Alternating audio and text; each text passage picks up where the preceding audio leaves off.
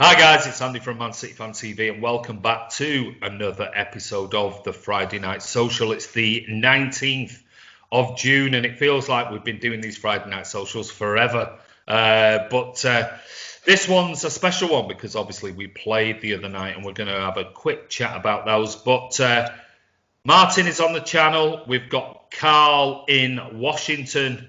We've got Chris. We've got Tom. You'll see Carl, who is the Evertonian. He'll be on the channel, so you'll see him. We've also got Alan over in Melbourne, as per usual. Ryan couldn't make it tonight. He was having problems with his Wi-Fi. So first off, very quickly, you well, Martin? You okay? Yeah, really good. Good week. Really good week. Just want to say thank you to everyone for the support on the channel this week. It's been magnificent. It has been exceptional. We've had a very good week this week. Football is clearly back because the views have gone absolutely through the roof, which is brilliant. We've got Cal, the Evertonian. How are you, mate? I'm great, mate. Just enjoying life until we have to play Liverpool, to be honest. Just probably cry on Sunday when we get absolutely smashed. But right now, I'm loving life. Brilliant. You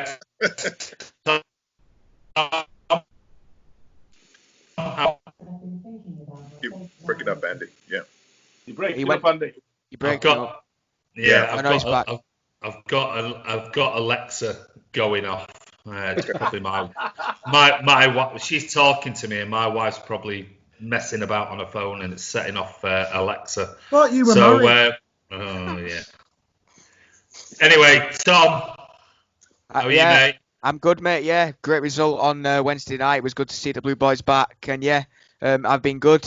Obviously, just so Martin has an update, I've lost a few more pounds this week and put a bit more muscle on Martin, just to know. So you'll be glad about that. Share some muscle with me. I've got none. Yeah, it's been a good week, mate.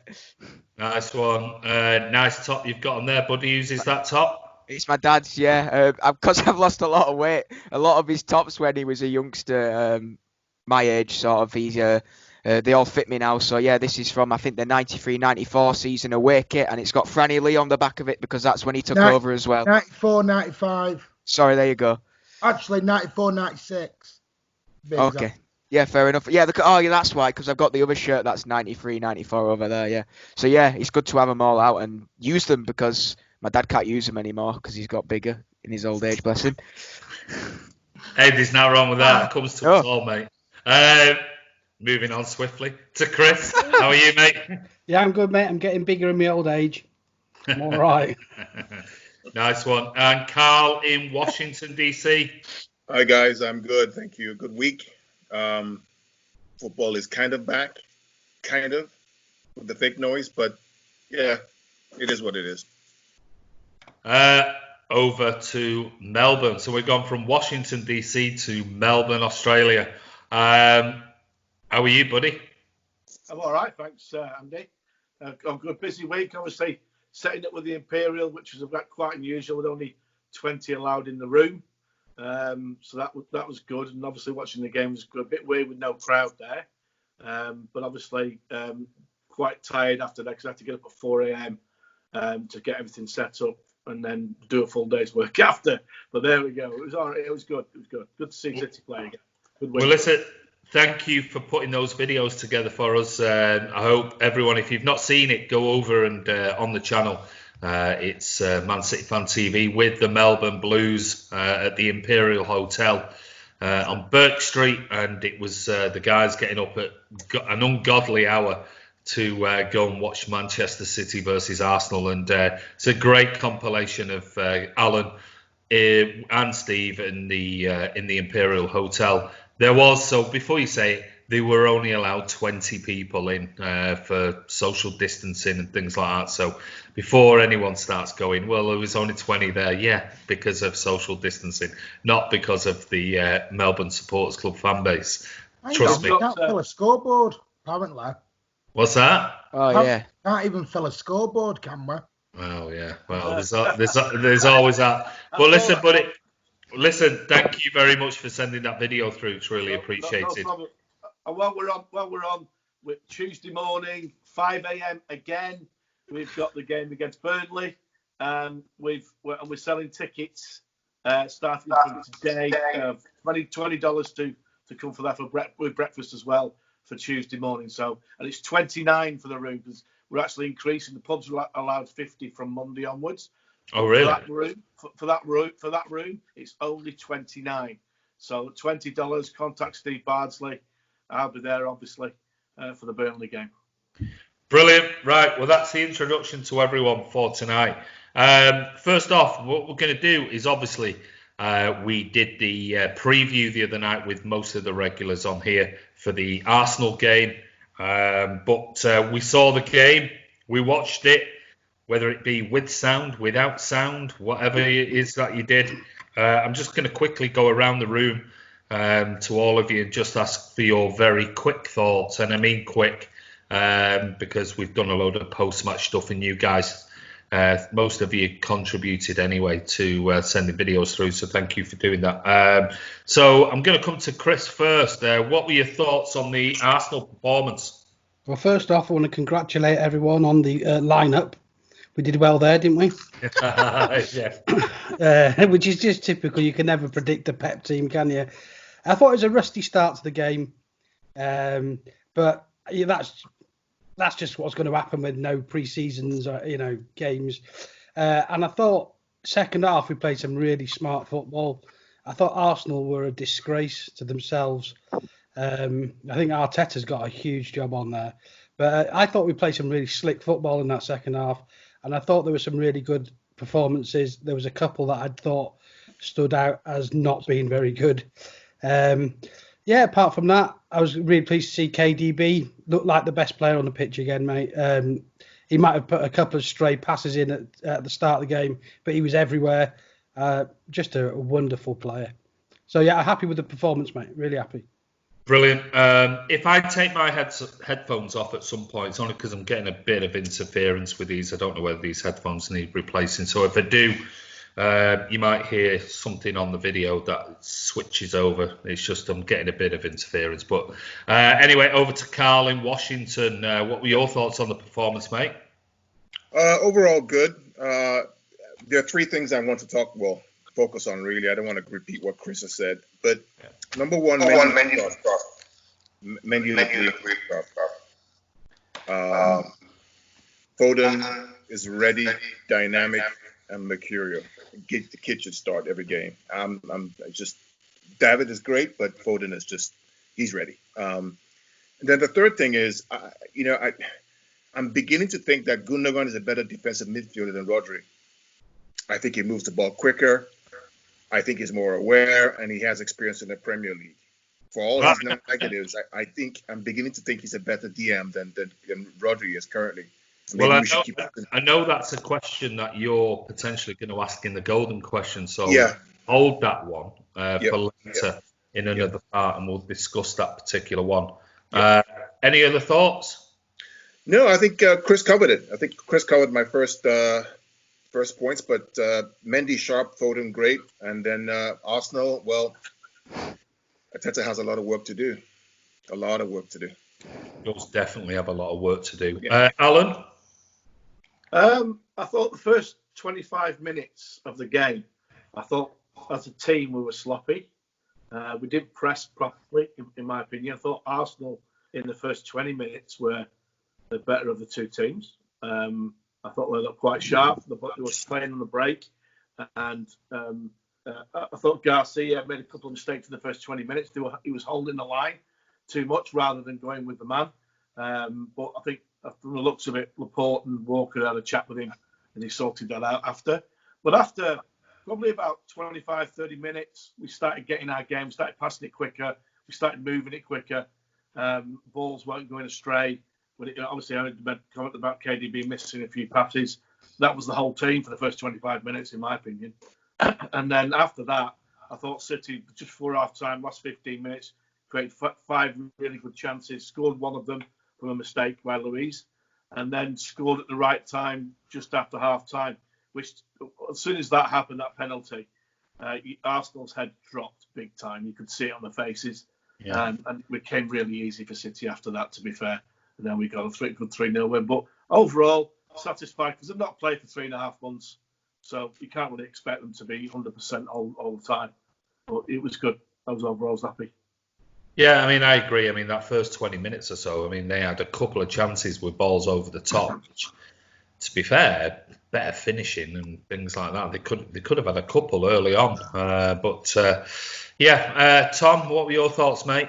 Well, I just follow up everything that the guys have said. Everybody's played well, and Arteta's got a big struggle. I'm going to say I'm happy Eric Garcia's okay, because obviously it looked very concerning. And also I'm going to say a bit disappointed with a lot of City fans blaming Edison and saying he did it on purpose. As a keeper, I've seen a lot on Twitter. I've had to stick up for Eddie over the past few days. A lot of people have been saying that he did it on purpose, and I have to, as a keeper myself, and being a keeper for 10 years now, I have to say he's only doing his job, and he's only going out to try and do what the defender's doing. And as much as Edison was going out, Garcia didn't see him as well. So it was just a complete accident. And the fact people were blaming Edison was slightly annoying to see, because all he's doing is his job, and we know that's his sort of style of football. And as soon as you've committed yourself in that situation, you can't turn back. So, yeah, just saying, Edison, from what I was seeing on Twitter, Edison didn't really do anything wrong, and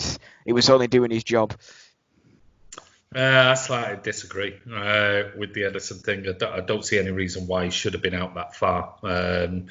Garcia clearly could have got the ball, but yeah, it's one of those. Edison's like this bit of a head the ball, isn't he? But it's all about opinions. I just don't think it. I think sometimes he looks at these things and he gets that bored. He comes flying out, and sometimes he's brilliant and we get a header and everyone's applauding him.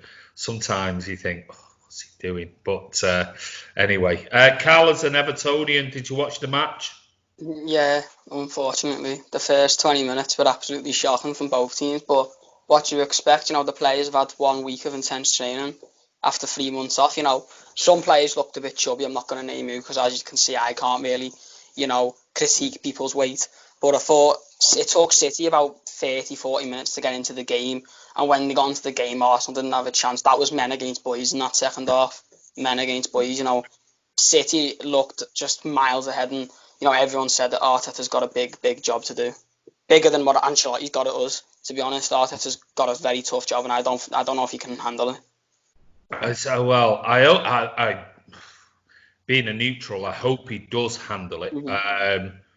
But I agree with you. I think he's got a big problem there. Because some of those players are absolutely shocking. They are shocking.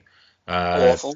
They got a couple of injuries early on. But Martin was the one who said weeks and weeks and weeks ago that one of his big concerns was going to be injuries. And coming back, and like say, you saw the Bundesliga, and they had 6 weeks of nearly 2 months of or 8 weeks of pre-season training almost before the actual games kicked off, and these guys have had a few weeks. That's it. I'll be honest with you, I was just grateful we came out the game without any injuries. It was one of the, albeit obviously Eric Garcia, but that was it wasn't an injury that was going to keep him out for a season. It was our own player self-inflicted on him. So Martin was right to be concerned about that, in my opinion.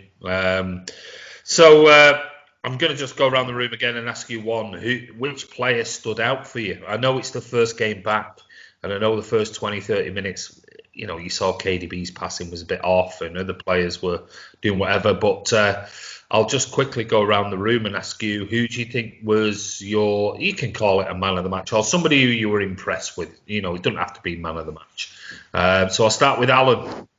Martin, I'll come to you in a minute. All right. I thought Gundogan was solid all the way through the game, to be fair. Yeah. He kept it simple. He did his job. Kept things moving. He moves the ball reasonably quickly. I thought he was probably him. KDB had a brilliant second half. He was awesome second half. I thought that Foden was very impressive when he came on. I thought he runs at people, doesn't he? That's David hasn't got the legs anymore, but Foden was very direct when he came on. I thought he was very good, and Garcia did very well. A few mistakes in the first 20 minutes. Are we going through the whole team here? Yeah. Ratings. Well, I think did I not say on the preview vlog that we did, the Arsenal preview, I said that our midfield would absolutely have a field day against theirs. And I think that really helped Gundogan because their midfield is garbage, absolutely garbage. And it just gives our midfield so much time on the ball. And we saw that after 25 minutes. It was just total domination. But I agree with you. I thought Gundogan had a really good game. Doesn't it make a difference though? You've got Laporte behind him though. Yeah. Of course. Martin, anybody stand out for you or one? Or go on. Alan's had 4 players. You can have a 1 or 2. Well, I'll just quickly give my thoughts on the game on Wednesday. Sorry, did I miss you? Oh yeah. Go on. Sorry, I apologise. Do both. We've got extra people on, and this is the problem. I'm not ticking off who's on. So come on, give us your thoughts on the game, and then and also who you think had a standout game. Well, like you said, the injuries were spot on. I knew it was going to happen. Absolutely knew it was. Luckily, it wasn't for us. For the first 20 minutes, thought we were slow. Said it on the watch along. We weren't pressing. We were letting Leno just walk around his own box and put it where he wanted. There was no intensity to it. And then second half, we just took over. Because, I didn't realise we'd signed David Luiz on a short-term loan deal. Apparently, we had done. I hope to God the rumours of him coming to City are fake. Because unless he's coming as a ball boy, I don't want him anywhere near him. And it's a shame because he has actually been in the past. He has when he was at Chelsea. He was actually a really for 18 months. He was absolutely superb. I'll tell you what, he's just garbage now. He had the balls to come out onto the Sky Cam. Yeah, fair play to him. Yeah, absolutely. Well. Yeah, fair play to him. The standout performer. I had 2. I had Sterling. I've got to give Sterling a little bit of credit because, I thought he scored a goal, so I've got to give him credit. He scored a goal at last. He's finishing. Still took him 3 or 4 chances to put the ball in the net. Yeah. He finished it. But I did like Garcia. I know people said he made mistakes, but for me, that Garcia-Laporte partnership looks like something that could be for the next 10 years. It really does. It looks solid for me. I'll be honest with you with the Garcia thing. I must admit, the first 20 minutes, I thought Garcia was out of position. Yeah, some of those balls. It was holding the line. It was playing over the top, and he was holding the line. I mean, I don't like to be harsh because he's only a young kid, so I'm more than happy to give him. And the other thing with it is, we want him to do well because obviously he's a youth player and things like that. But I thought Aubameyang and their forward line, apart from that Cater or whatever it's called, Aubameyang was absolutely non-existent. He don't want to be there. He don't want to be there, does he? Well, terrible. Don't I want want to to be get there. one more player that want to. That's the first game of the season. You'd think he'd be busting a gut. And it was that young kid that they had up front. He was the one that was pulling off Garcia and Laporte and got him twice. Was it Nketiah? Yeah, that's it. Yeah. And Aubameyang did nothing. Do you know what worried me a little bit on Wednesday? And I know everyone's going to say I'm being harsh, and I'm not. I'm just going off what I've seen. Wednesday proved to me Gabriel Jesus is nowhere near Aguero's replacement and never will be. I'm sorry, but he's not. Okay. Sorry, I thought it was non-existent. All right. And what I mean, I said it on the watch along, so I'm very consistent. He was coming in midfield all the time. And then when he's trying to fleet somebody. Yeah, but that's what he does. Is his movement. That's his role. His movement's far better than Aguero. But Clean sheet as well. He had one shot all game. Yeah, but his role is different from Aguero's role. His role is to drop deep into the midfield like Firmino and go Aguero does it. Aguero comes back and wins the ball. Aguero don't do it as well as Gabby does. Yeah, How do you think definitely. we beat Real Madrid? Because he kept dropping back and playing the 5 in the middle. That's the only reason. And we got him on the counter attack, which is what Gabby does. I can only go off what I saw on Wednesday, and for me as a striker, Gabby Jesus was non-existent. Sorry, it's about opinions. Carl, go on. Carl. Well, you assume that Gabby's role is to replace Aguero as a number 9, traditional number 9. Maybe the system's going to change with Pep. So, you can't assume that it's the same role. Think about perhaps Barcelona night, Pedro, Villa, and Messi. There was no traditional number 9. So it's a different system with 2 players. From an outsider's point of view, Carl, the Everton fan, what were your who stood out for you on watching the game against Arsenal for City? Cal, you're on mute. I'm fine now. There we go. Yeah. Who stood out for me for City? Mendy. I thought Benjamin Mendy had an incredible game. I think he's got his reasons to why he has been poor the last few months, because he's going out for 3-4 months and then coming back into the squad in a big game. And I think that was the game where it was perfect for him. It was a perfect game for him, and he thrived under pressure.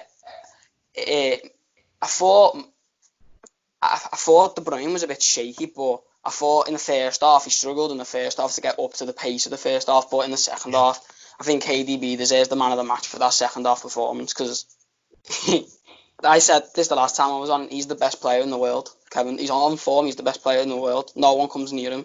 Certainly in the Premier League, no one comes near De Bruyne. No one close.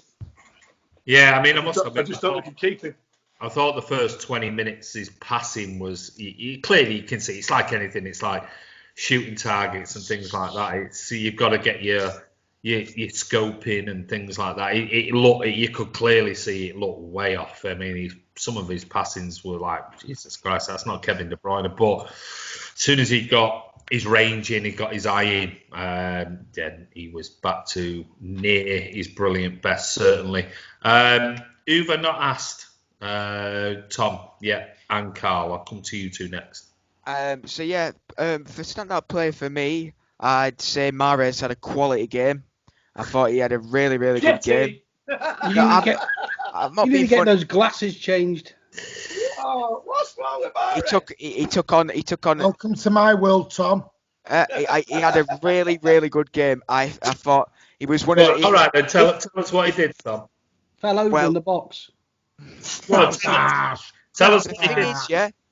You look at how he was playing, and he was taking on men. He was up and down that line, supporting Walker. He was taking on men. Yeah.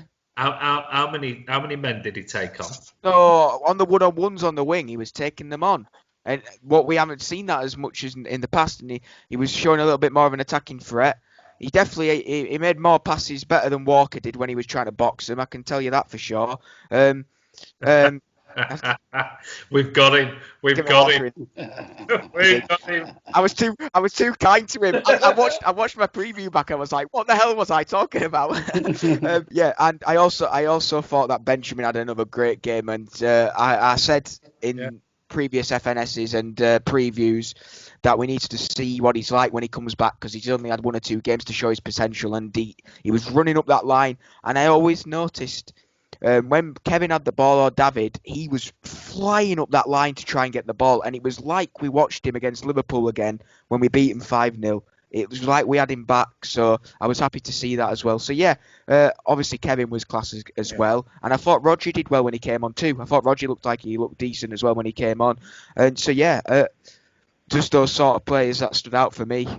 Okay, I'm going to come to Carl in Washington, but before I do, Alan, I'm going to mention something about a video you sent me yesterday about tactics and things like that. Remind me just in case I forget, but I'm going to go to Carl in Washington. Yeah, for me, so everybody's mentioned really good names, but for me, I looked at Phil Foden when he came on for the last 25, 30 minutes, and the kid didn't make a mistake. I mean, the kid didn't put a foot wrong, and his confidence, his passing, his energy, his drive, that goal he scored, if that was David Silva, we won't score that goal. The energy to get up there and score that goal. I mean, for me, he was just, the cameo was just beautiful. For me, he was no mistakes. And for me, he was one I really was impressed with. Everybody else was great. Sterling was good. Gundogan was good. Kevin was good. Mendy okay. But when Foden came on, our energy levels just shifted up a gear. Do you think he should go on loan? Hell no. Yeah, but whoa. Before you jump on that. Hell no. Long where? But let's remember here, and you know me, I'm the biggest Foden fan going. Everyone else was knackered when he came on that pitch. Of course they were. So I agree with you. Down to you've got to be devil's advocate on the other side. Still busted a gut. Well, David Luiz came on and he was crap and everybody was full fitness. So what's your problem? All right then. Sergio Aguero did more in 10 minutes than Jesus did in 80. I was wrong.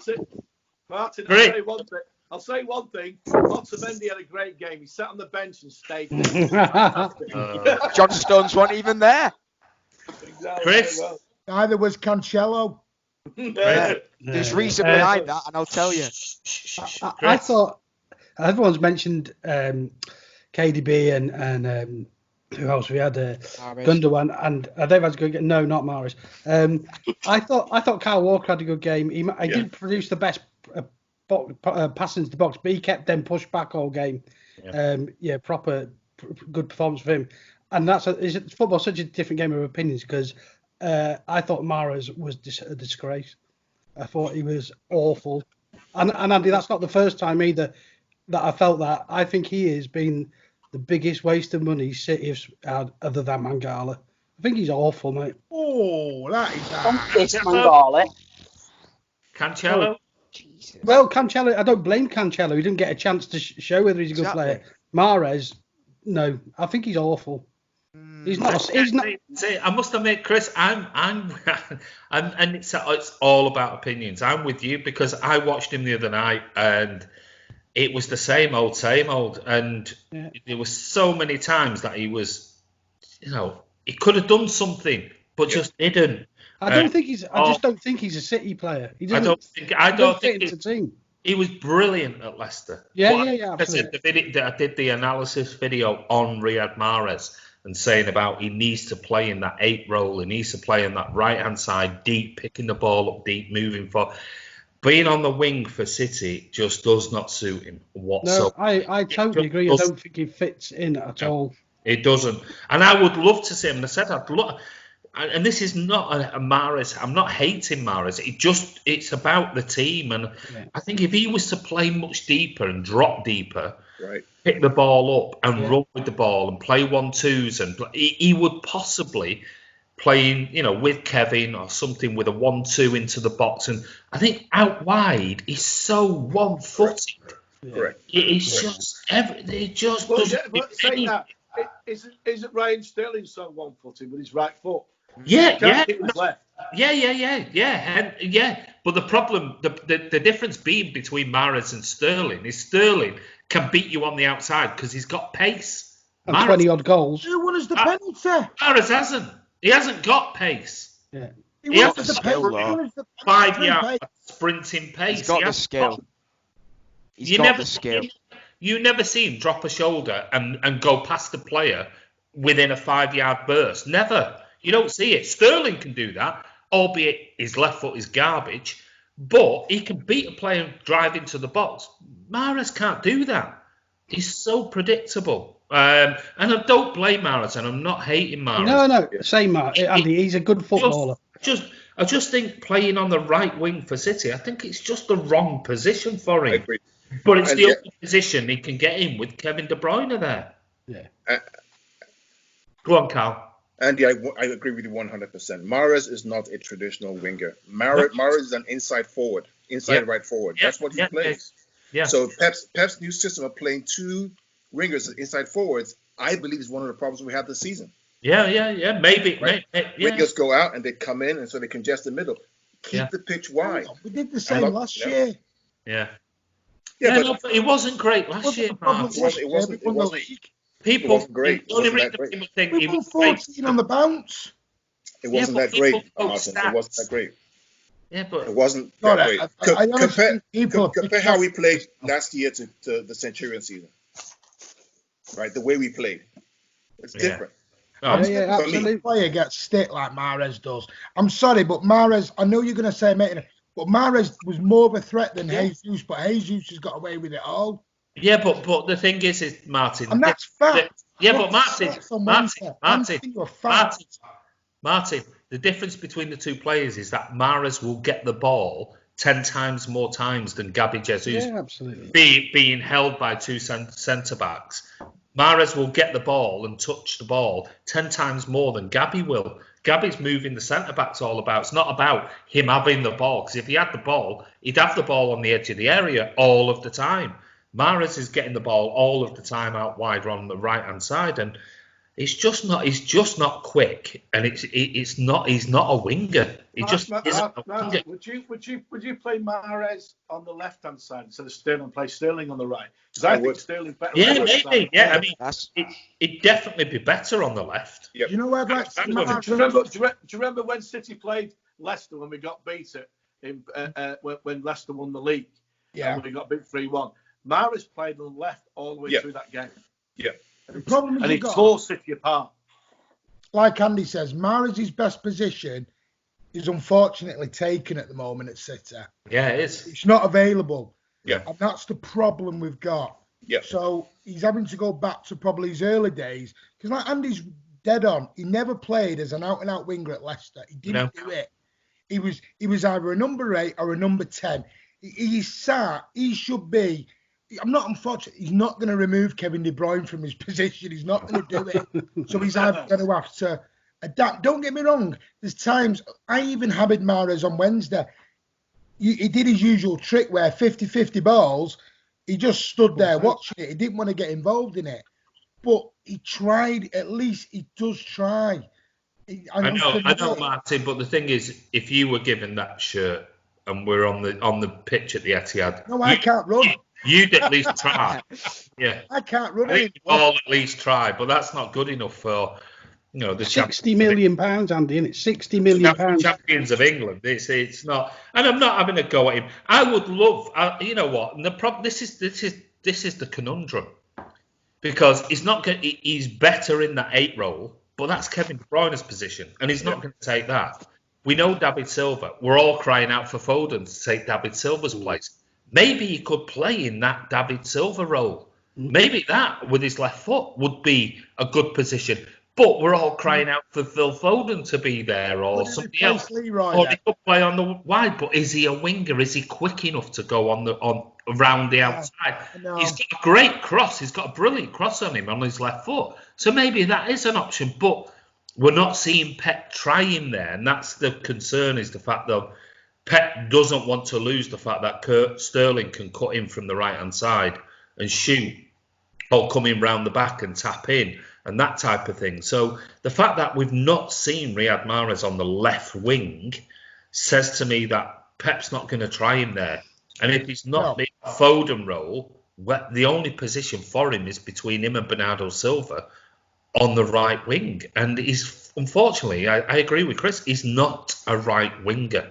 He just isn't. If he was rapid, I think he would do so much more. If he had Sterling's pace, he could get round the outside, but he hasn't got that 5-yard burst. He just hasn't, and he's so one-footed. But anyway, Alan, I don't need you to remind me because I've remembered. Alan sent me a brilliant video. What I'll do... Sorry, jump in. Tom's had his hand up for about 5 minutes, mate. Yeah, well, has he not said anything? No, I have, but I was just going to say something about Mahrez, that's all. Okay, if it's very quick. Yeah, so I was just going to say, you have to remember, I think the majority of City fans, I'm not naming you two in this category, but everybody jumped on Bravo's back just because he made a few mistakes. You have to remember Claudio Bravo, penalty shootouts, got us to Carabao Cup finals, had a quality game in the Community Shield final before when he came back. And you have to look at Riyad Mahrez and stuff that he's done. He won us the game against Leicester this season. He won us the game against Chelsea this season. He got one of the vital goals in the United semi-final when we were crap in the second leg. You have to look, he pulls it out in the big games, and that's what we need. It's what we need. Pep wouldn't play him in the big games if he didn't believe that he had some quality. And you can rely on him to take it on the inside and pull a shot away. Because in the league, he's got one of the best shots from outside the box in any team. You can always rely on Mahrez to cross one in, or at least take a shot at the keeper. And he can beat high-quality goalkeepers like Schmeichel. You can always rely on statistics, and you can always rely on Mahrez will hit the first defender with his shot. It's 8 times. So if you look back on his games and add up his shots, talking about he scored goals from outside the box, he's one of the best. How many goals has he scored from outside the box, and how many shots has he hit the first defender from outside the box? Probably 8 times out of 10 he's hit the first defender. Probably so. I don't look at stats that much. I just look at what they do on the pitch, and I thought he had a great game the other night. Okay, I mean, like I said, it's all about opinions. Absolutely all about opinions. I'm going to very quickly bring Carl, the Everton fan, in because I need to move this on for this part 1. Go on, mate. It's just like Sigurdsson and Mahrez, and they can have 100 shots outside the box, but they'll score 1, and everyone says they're a long shot king. I don't rate Mahrez wherever he plays. I think he's just hyped up because he had that one good year for Leicester. I think he crumbles in poor games. He can't shoot with either foot because he misses the net from anywhere. And he slows down that attack, which is normally a fast attack. He slows down drastically. And it costs you in the games. I think that's actually, you've hit on certainly for me anyway, and I don't know what everyone else thinks, that's my one big concern with him, because he's playing as a right winger. He does slow the game down, and I'm not blaming Mahrez for that, because I think it's Pep's fault, because I don't think he's a right winger. I really don't think he's a right winger. Get my words out. I think he's so much more effective if he's deeper. And like I said, I did that analysis video on him, and there were so many times he's near the halfway line for Leicester in that wonderful season, that title-winning season. He's picking the ball up 5 yards into their half, and he's driving. Don't forget, Leicester played counter-attacking football. Yeah, they did. But there you go. But that tells you something. When if they're playing counter-attacking football, Mahrez is picking the ball up off the defenders, his own defenders, 5 yards into the opposition half. So that's how deep he's dropping to pick the ball up. He had a great relationship with Vardy as well. Yeah, he hasn't got a great relationship with anybody in City. No. He hasn't, and that's very true. He certainly hasn't got. He's not built up, and he's had plenty of games now. He's not built up that relationship. But anyway, like I said, I don't want to. It's not hating on Mahrez thing. No. I just think he's played out of position. I think Pep plays him out of position, so it's more Pep's fault than it is anything else. But the problem being, the dilemma is, he's not going to take KDB's position. He just simply isn't in that 8 role. But Alan sent me a brilliant video. What I'll do is I'll put a link to this below the Friday Night Social on the YouTube channel. And it was really interesting. So I would implore you all to go over and watch it, because it was a tactical analysis on City and the difference in the way that players play. And one player that somebody brought up before was Ben Mendy. And there's a really interesting part on the way Mendy plays compared to how we've played in the past with Zinchenko. And there's also a really interesting part on the fact that Sane not being on the left with David Silva, how it's such a massive loss, Sane not being on the left with David Silva, because the build-up play and everything else between the two. It's a really in-depth analysis, and it's a brilliant video. So I implore you to go over, if you're a City fan and you're really into your tactics, go and have a look at this video, because it really does show you the breakdown between the likes of Sane not being there with David Silva, and what it leads to when you play a Ben Mendy in those positions, because we're not dragging that number 3 is not coming inside, which creates so many other opportunities, because Mendy naturally likes to play really wide, probably under orders from Pep. So I will put that link to the video. Alan, if you can just send me the link via the email, because I know you sent it via Twitter. If you can just email it to me, I'll put the link before. Like I said, I implore everyone to go over and watch it. Normally, I'm not into those type of things, but watch that, and it was a very, very fascinating tactical breakdown on Man City and where some of the problems from the previous seasons are now starting to creep into our game, or certainly have this season. But anyway, it was about the tactical difference between this year and the year before. Yeah, that's why they've not done as well. Yeah. So it is definitely worth a watch, I promise you. But anyway, this is end of part 1 of the Friday Night Social. We'll be back. Don't forget, go over, check out part 2, and we'll see you soon.